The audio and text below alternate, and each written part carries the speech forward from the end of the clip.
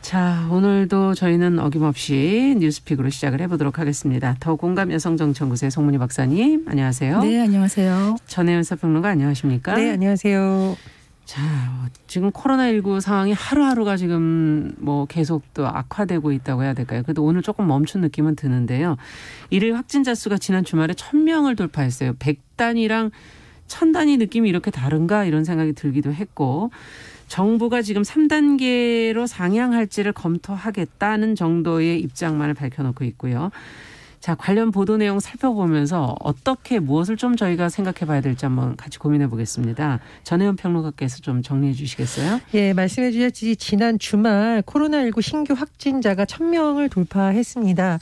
1,000명이라는 것이 뭐 해외와 비교하면 그래도 낮다라고는 하지만 사실 네. 우리나라에서는 이것을 심리적 마지노선이라고 많은 전문가들이 봤었거든요. 그렇다 보니 이 어떤 코로나19에 대응하는 사회적 거리두기 단계가 격상되는 것이 아니냐는 전망도 나오고 있습니다. 네. 현재 정부에서도 상당히 고심하고 있는 분위기인데요. 문재인 대통령이 어제 직접 정부 청사에서 긴급 주재한 코로나19 관련 회의에서 입장을 밝혔습니다. 일단 지금 확산세를 꺾지 못한다면 사회적 거리두기 3단계 격상도 검토해야 되는 중대한 국면이다. 이렇게 대통령이 진단을 했었고요. 또 중대본에 대해서 불가피하고 판단되면 과감히 결단하라고 했는데 이 과감히 결단하라는 것은 3단계로의 격상을 과감히 결단할 수도 있다라는 것입니다. 다만 지금 정부도 그렇고 전문가들도 양쪽을 다 봐야 되는 것에 굉장히 고심이 깊은데 방역과 경제 이것을 어떻게 하느냐는 것이죠. 3단계로 격상이 됐을 때 고통과 피해를 중소자영업자들이 겪게 되는 점 뭐 이런 점을 뭐 대통령도 언급을 했었고 방역당국도 언급은 하고 있습니다만 아마 이번 주 중의 상황이 굉장히 중요하다. 이런 것에서는 이견이 없는 것으로 보입니다. 네. 자, 지금 상황을 보면은요. 중대본에서 지금 3단계가 만약에 내려질 경우에는 영업 제한의 강도가 굉장히 커집니다. 그래서 마지막 카드 이런 말도 나오고 있는데요. 이 3단계가 이제 거리두기 격상이 될 경우에는 10인 이상의 모임 행사가 금지가 되고요. 네. 의료기관을 비롯한 필수 시설 이외의 모든 다중 이용 시설의 운영이 중단이 됩니다. 네. 현재 매뉴얼을 만약 적용하게 된다면 집합 금지가 적용되는 대상이 약 45만 개고요. 예. 운영이 제한되는 시설은 157만 개 정도로 지금 방역 당국이 추측하고 있습니다. 그러나 과연 지금 상태로 계속 가야 되는 의문도 나오고 있는 상황이기 때문에요. 아마 방역 당국과 정부는 오늘도 지금 발표가 나오고 있습니다만 오늘 상황 이번 주주 상황을 검토해서 입장을 또 낼 것으로 보입니다. 네.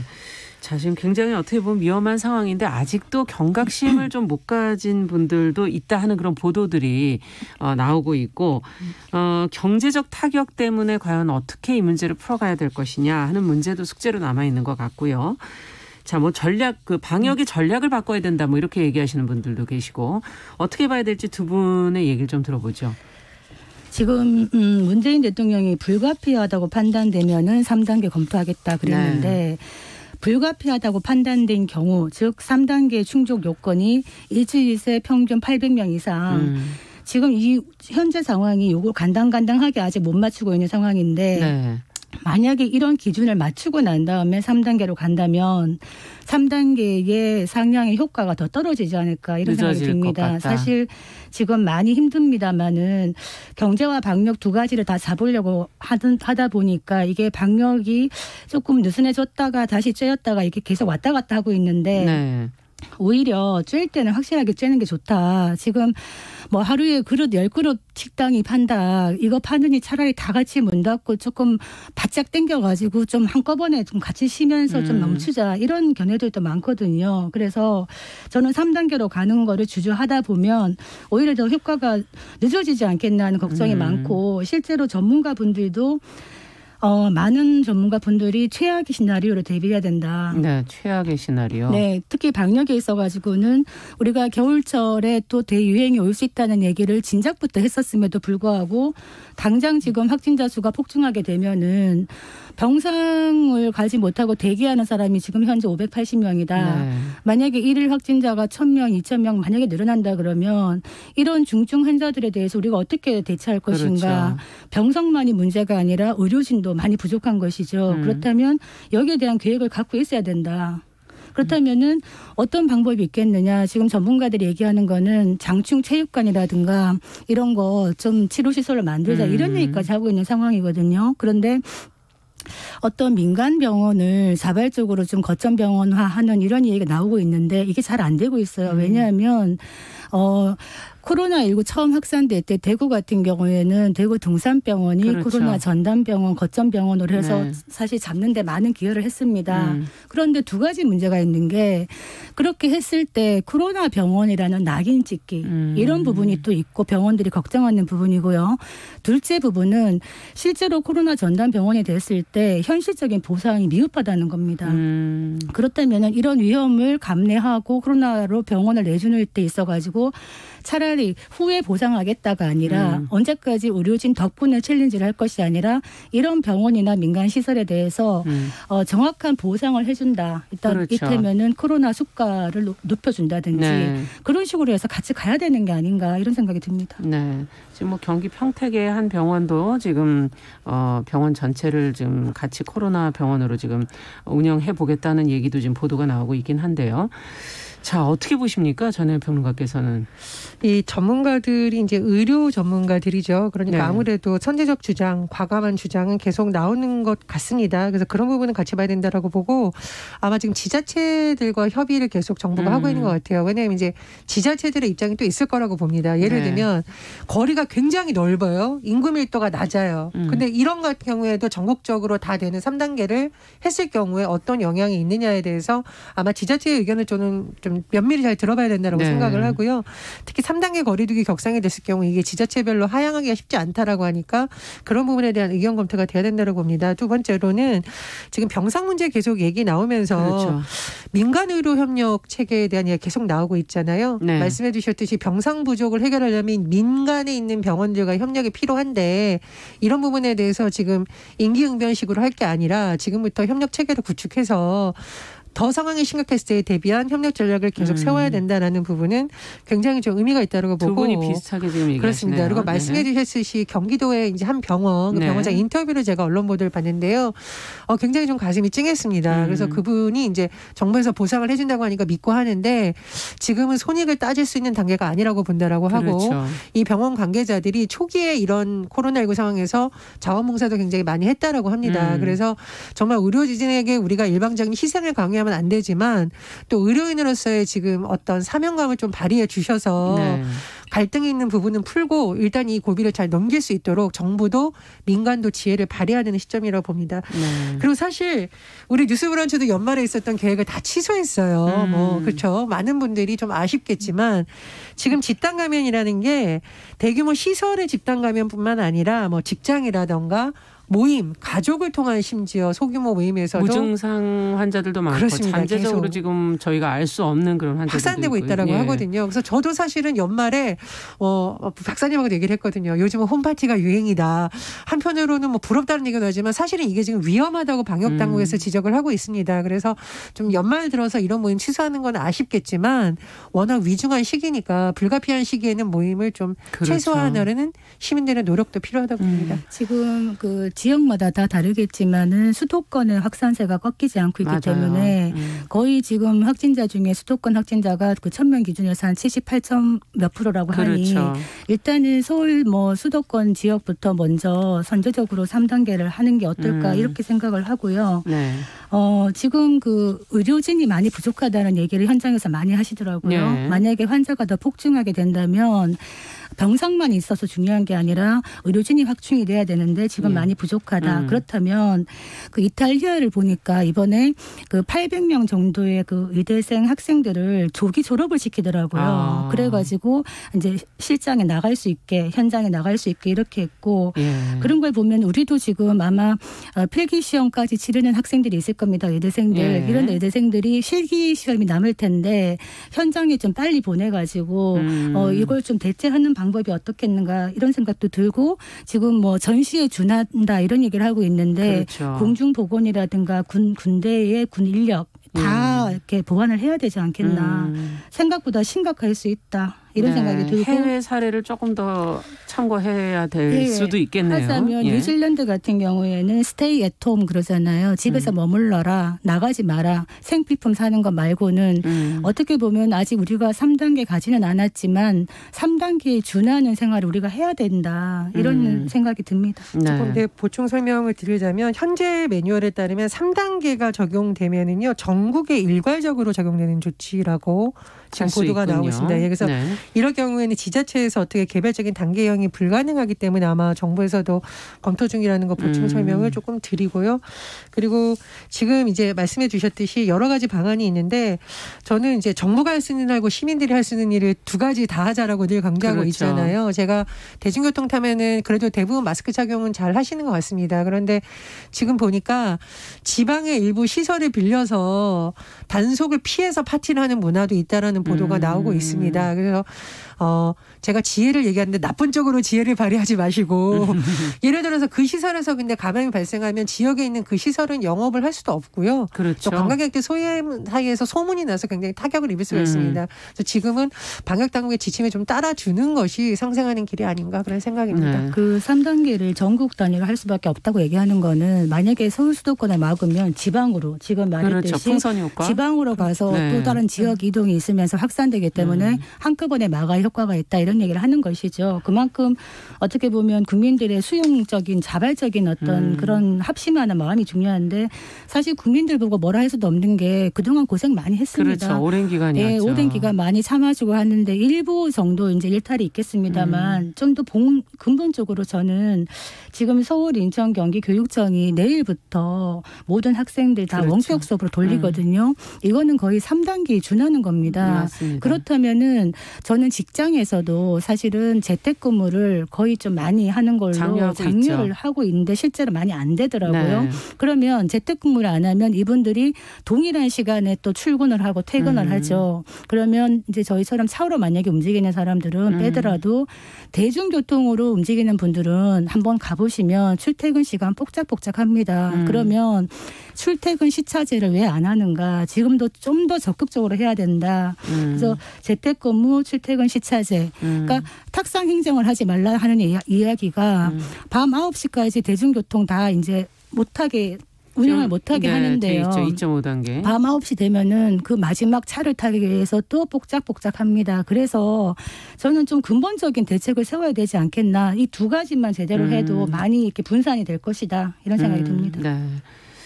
자, 앞으로 또 상황이 어떻게 되는지에 따라 저희도 한 번 더 이 문제는 계속 좀 다뤄보도록 하겠습니다. 자, 앞서 잠시 오프닝에서도 말씀을 드렸었는데 아동 성폭행범 조두순이 지난 12일에 이제 형기를 마치고 출소를 한다는 거 뭐 보도를 통해서 많은 분들도 접하셨을 텐데요. 지금 출소 직후부터 이 조두순의 집 앞이 유튜버들로 소란스럽다고 하는데 어떻게 된 일인지 그 지역 주민들도 굉장히 고통을 호소하고 계시다고 하는데요. 전혜연 평론가께서 관련 내용을 좀 정리해 주시겠어요? 예, 성폭행 범죄로 12년, 징역 12년을 복역했던 조두순이 지난 12일 출소했고요. 자택에 머물고 있는 것으로 알려지고 있습니다. 그런데 사실 이 범죄 행위가 워낙 좀 나쁘고 또 피해자가 어린이였었기 때문에 시민들이 분노할 수 있는데 문제는 뭐냐면은요. 일부 유튜버를 비롯한 개인들이 이 조두순의 집 부근에 몰려들어서 소란을 피워서 인근 주민들이 민원을 넣거나 제발 이런 행위는 하지 말아달라고 지금 항의하는 현상이 일어나고 있다고 합니다. 예를 들면 일부 유튜버들이 그 조두순의 거주지를 찾아가서 카메라를 들고 고성을 지르거나 혹은 출동했던 경찰차를 뭐 발로 뭐 차부수고 순찰자가 이런 행위를 단속하려고 하니까 소란을 피워서 체포되는 일이 또 있었습니다. 그리고 조두순이 이제 이동했던 호송차를 발로 차서 부수거나 유리를 파손하는 행위, 또 집 뒤편에 가스배관을 타고 벽을 오른다가 이런 일이 지금 일어나고 있다는 거죠. 근데 이러다 보니까 주민들이 너무 시끄러워서 잠을 못 잘 정도다. 그리고 지금 근본적인 대책을 세우고 이러는 것이 중요한 것이지 이것을 재미거리로 삼아서 혹시 본인의 유튜버 조회수를 올리려는 것이 아니냐라는 비판까지 나오고 있는 상황입니다. 지금 조두순이 출소한 전날부터 최근까지 경찰에 주민된 주민 불편 신고가 뭐 70건이 넘었다 이런 보도가 나오고 있는데요. 밤늦게 찾아와서 뭐 차에 경적을 올리거나 오토바이를 타고 지금 뭐 새벽에 오거나 고함을 지르거나 이런 현상이 나타나고 있다고 합니다. 그래서 제가 시작하면서도 말씀을 드렸습니다마는 워낙 이런 범죄에 대해서 우리나라가 솜방망이 처벌을 한다. 그리고 사실 출소 이후의 대책에 대해서도 부족하다는 지적 계속 하고 있습니다. 그렇죠.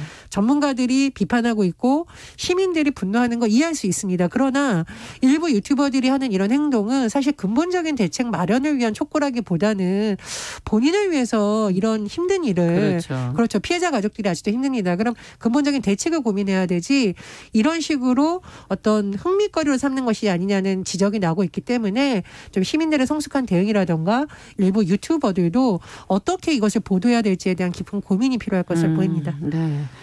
자, 지금 뭐 정말 분노하지 않는 국민들은 없겠지만 범죄 자체에 대해서 이것을 어떻게 다룰 것이냐 하는 것은 정말 그 차이가 있을 것 같아요. 두 분께서는 어떻게 보시는지. 뭐 지금 그 일부 유튜버들의 이런 행태에 대해서는 정말 분노에 기인한 것보다는 네. 돈벌이로 삼는 게 아닌가 이런 비판이 가능할 것 같아요.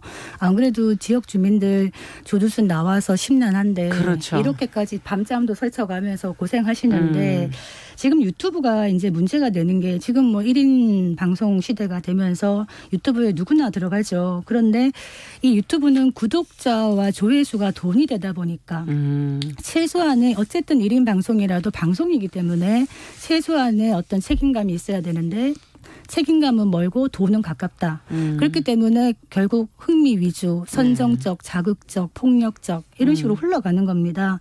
문제는 이런 유튜버를 보는 사람들이 있다는 것이죠. 그렇죠. 수요층이 존재하기 때문에 조회수가 올라가기 때문에 계속 이런 무리한 자극적 콘텐츠를 올리는 건데 만약에 조두순이 바깥으로 외출하면 조두순 외출 이래갖고 또 막 뜨겠죠. 그렇다면 이제 조두순은 아마 의도하지 않게 창살 없는 감옥에 갇히는 신세가 될 텐데 유튜브의 이런 행태에 대해서는 좀 반성이 필요하다 봅니다. 실제로는 우리가 어떤 사람이 그가 누군지를 알려면 그 사람이 만나는 사람을 봐라 이런 얘기를 하는데 저는 조금 바꿔서 그 사람이 어떤 사람인지 알려면 그 사람이 보는 유튜브 방송을 봐라 이런 얘기를 드리고 싶습니다. 네. 제가 왜 이런 말씀 드리냐면 유튜브 시장이 너무 지금 문제가 심각해요. 가짜 뉴스도 너무 많고 편향적인 방송도 너무 많고 네. 그렇기 때문에 한번 돌아보시기 바랍니다. 내가 지금 보고 있는 유튜브 방송이 어떤 건지 한번 보고 정말 내가 깨어있는 시민인가 한번 돌아볼 시기라고 봅니다. 어떻게 보십니까? 말씀해 주셨듯이 왜 이제 뭐 별풍선이라고 해서 조회수가 많으면 뭐 후원을 해준다거나 뭐 또 광고를 통해서 수익을 올리는 이런 방식이 좀 제가 보기엔 지나칠 정도다. 그리고 사실은 피해자들을 위한 것이 아니라 본인들의 어떤 상업성을 위해서 한다는 그렇죠. 걸 굉장히 좀 안타깝고요.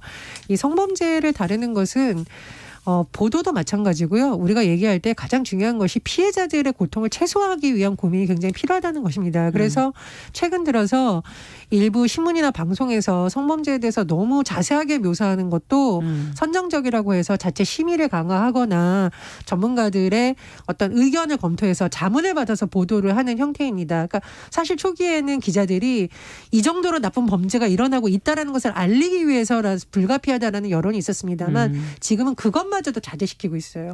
왜냐하면 과연 누구를 위한 보도인가. 우리가 이런 범죄를 근절하는 것은 누구를 위해서라는 건 성찰이 필요하기 때문이거든요. 그런 점에서 좀 돌아봐야 된다고 생각을 하고요. 박사님 말씀하셨듯이 우리 유튜버를 통해서 굉장히 많은 지식을 얻고 재미있는 콘텐츠가 활성화된 것은 사실인데 최근 들어서 보면은 이게 과연 누구를 위한 방송인가라는 의문을 가지게 되는 경우가 많습니다. 그리고 유튜버들이 교묘하게 명예훼손 범위를 벗어나거나 피해자의 신원 노출이 사실상 다 알 수 있는데 법적인 방만 피해가는 방식으로 또 이런 것을 보도하는 경우가 있거든요. 그런 부분에 대한 좀 근본적인 성찰이라던가 이런 것을 통해서 수익을 올리는 업체에 대해서도 저는 나중에 가서는 징벌적 손해배상 정도의 어떤 법규는 필요하다고 봅니다. 네, 아동 성폭행범에 대한 그 근본적인 관심을 좀 계속 이어가면서 좀 제대로 된 접근 방식을 한다면 좀 좋지 않을까 하는 생각도 드네요.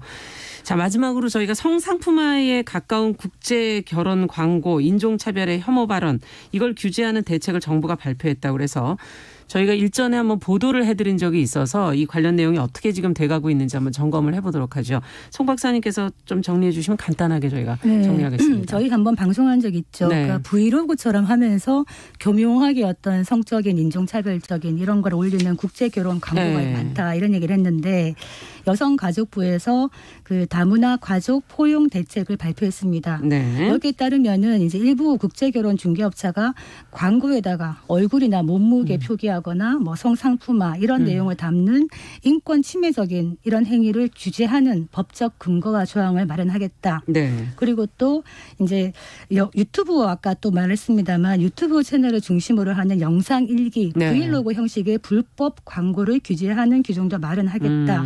그래서 이거를 어떻게 하느냐. 여가부가 단속 총괄을 하고요. 예. 그 산하 기관이 한국건강가정진흥원이 있는데 여기에서 실시간 모니터링하고 신고 접수를 합니다. 그러면 경찰청과 방송통신위원회가 이 위반 업체에 대해서 삭제나 접속 차단, 행정처분, 형사처벌 등을 합니다. 네. 그리고 또 이제 중앙행정기관이나 지방자치단체가 어떤 발행하는 간행물이나 자료에 예. 인종차별적인 요소를 가려내는 모니터링을 강화하기 위해서 다문화 모니터링단도 운영할 계획입니다. 네. 지금 우리 한국의 다문화 출생아 수가 몇 명인가 찾아봤더니 2019년 기준 5.9%입니다. 5.9%. 그죠. 예. 그리고 다문화 가구원도 전체 인구의 2.1%입니다. 네. 아마 더 늘어날 텐데 한국의 다문화 수용성을 한번 조사를 해보면 오히려 날이 갈수록 다문화 수용성은 낮아지고 있다. 이게 뭐냐. 다문화 수용성이라는 건 다문화에 대해서 얼마나 우리가 포용적이냐. 그렇죠. 이런 부분인데 여전히 낮다. 이런 문제점들을 개선하겠다는 것이죠. 그리고 다문화 장병들을 위해서 뭐 채식주의라든가 특정 종교의 장병에게 맞는 급식을 제공하는 것. 이런 것도 지금 들어가 있고요. 또 하나 중요한 거는 우리 한부모 가족 지원법이 있는데 이 한부모 가족 지원법에서 기존에 이제 결혼 이민자 있죠. 결혼해서 네. 온 이민자가 한부모가 될 경우에도 이 정부의 한부모 가족 지원을 받을 수 있게 됩니다. 그리고 또한 결혼 그 한 외국 이민자인 경우에 우리나라의 범죄 피해자 보호법도 포함될 수 있도록 개정을 추진하겠다. 좀 많이 지금 여러 가지 촘촘하게 들어가고 있는 것 같습니다. 네, 내용은 굉장히 좋은데 지금 개정을 추진한다는 건 제도나 법이 아직 완비되지는 않았다는 얘기죠. 조금 시간이 더 걸릴 것 같고 빨리 마련이 됐으면 좋겠고요. 두 분은 어떻게 평가를 하시는지 이 중앙행정부처에서 나왔던 국제결혼 관련 내용 중에 사실 굉장히 그 특정 국가에 대한 혐오 발언을 한다라는 지적이 이미 나온 바 있습니다. 네. 뭐 특정 국가의 사람들이 약속을 잘 지키지 않는다. 돌변하는 습성이 있어서 자존심을 상하게 되면 폭행을 가한다 해서 국정원수 때 굉장히 비판을 많이 받았어요. 중앙부처에서 발간한 자료에서. 네. 그래서 부처에서부터 좀 조심해야 된다고 생각을 하고 또 하나 말씀드리면 2019년 기준 다문화 가구원이 106만 명입니다. 사실 뭐 더 이상 소수라고 할 수 없는 정도로 계속 늘어나고 있어서 정부에서 각 부처가 이번에 함께 발표했어요. 그래서 여가부, 외교부, 교육부, 국방부, 행정안전부 같이 했다는 건 좀 의미가 있다고 봅니다. 그래서 이쪽에서만 정책을 하고 단속하는 것이 아니라 전 부처에 걸쳐서의 종합 대책을 하는 것은 계속돼야 된다고 봅니다. 약간 아쉬운 거는 그 혐오를 조장하는 발언을 하면 안 된다라는 근거에는 만들었는데 네. 그러면은 근거는 있지만 혐오 발언을 했어요. 그럼 네. 처벌이 어떻게 되느냐? 처벌은 아직 없다는 거죠. 그래서 이제 그냥 사회 인식을 확산하는 차원이지 아직까지 처벌 근거가 없다는 건데 문제는 이제 프랑스나 영국, 독일, 캐나다 이런 데는 혐오 표현을 규제하는 법안이 있거든요. 네. 그래서 앞으로는 이 부분도 약간 법안이 마련이 돼야 되지 않겠나. 심각한 혐오 표현인 경우에. 그렇죠. 일본 같은 경우에는 실제로 지금 지자체에서 혐한 발언을 하는 그 개인이나 단체에 대해서 벌금을 부과하는 방안을 내놓고 있거든요. 네. 이런 건 굉장히 바람직한 것 같습니다. 그렇죠. 네. 자, 두 분 얘기 오늘 여기까지 듣겠습니다. 뉴스픽 전혜연 평론가, 더공감 여성정치연구소 송문희 박사 두 분 수고하셨습니다. 감사합니다. 감사합니다. 자, 정용실의 뉴스 브런치 듣고 계신 지금 시각 10시 31분이고요. 라디오 정보센터 뉴스 듣고 오겠습니다.